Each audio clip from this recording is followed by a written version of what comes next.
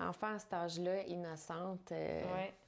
tu sais pas trop non plus ce qui se passe. Là. Des sourires figés sur ces portraits d'enfance replongent les sœurs Brûlé dans une période sombre de leur vie. Là, j'avais 12 ans, puis là, je commençais à comprendre ce que je vivais, puis la honte que j'avais. Elles sont trois, Katia et Sarah, des jumelles de 45 ans, et Karine, 46 ans, l'aînée de la famille.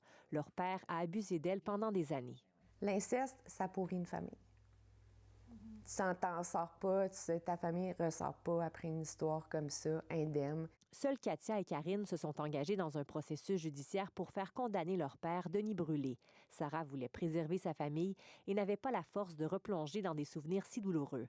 Elle a toutefois fait les démarches pour que l'ordonnance de non-publication qui protégeait son identité soit levée, pour permettre à ses sœurs de raconter leur histoire. Bien, ça a commencé, en tout cas pour ma part, j'avais à peu près 3 ans.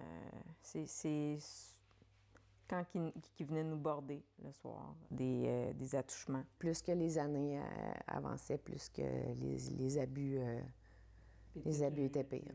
À l'aube de l'adolescence, les jumelles déménagent à temps complet avec leur père, leur mère ayant des problèmes de santé mentale. À 11 ans, ma mère m'a mis dehors. Elle est venue me porter chez mon père avec 2 sacs de poubelle, de linge, puis elle a dit « Je t'aime plus, t'es plus ma fille, je t'ai jamais aimée, puis je t'aimerai jamais. » Les abus deviennent de plus en plus fréquents, allant jusqu'à la pénétration.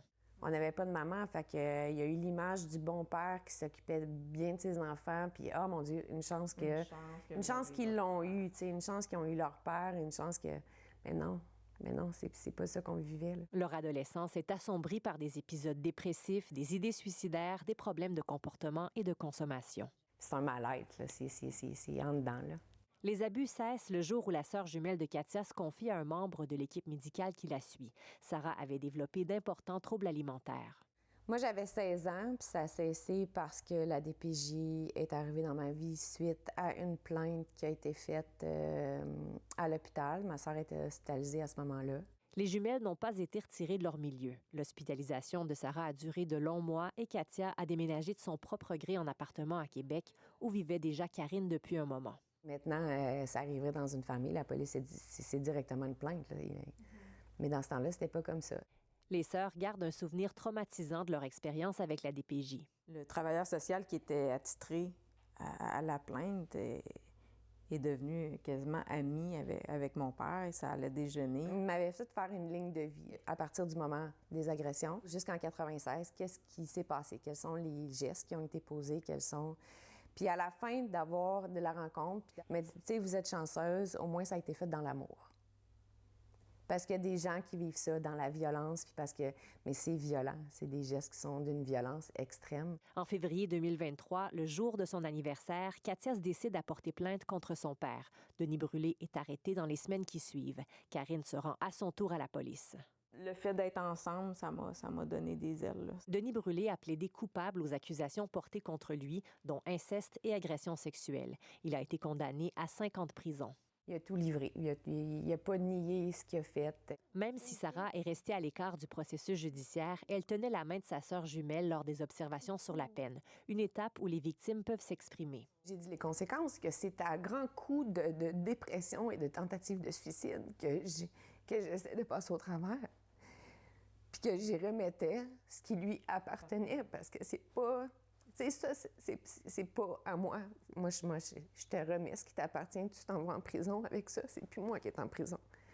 Moi, je prends le chemin de la liberté, c'est ça que je fais. De parler à l'agresseur, c'est très prenant, mais en même temps, c'est tellement libérateur. Ah oui. Moi, c'est un moment que j'oublierai jamais, là, ma fille à côté de moi qui me prend la main, puis qui, tu sais, comme, vas-y, man. J'oublierai jamais ça.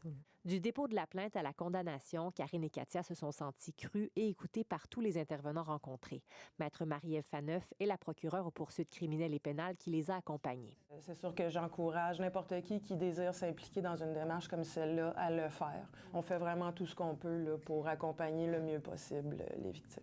L'avocate a été particulièrement touchée par le dossier des sœurs Brûlé. Entre autres pour la force de ces filles-là. Lors de l'audition sur la peine, moi, ça m'avait beaucoup touchée de voir que toutes les sœurs étaient là. J'avais vraiment l'impression là, qu'il y avait comme une page qui se tournait là, pour elles et qu'à partir de ce moment-là, là, elles auraient, disons, plus de de liberté ou d'outils pour leur guérison, là. De faire ça en plus aujourd'hui ensemble, puis de...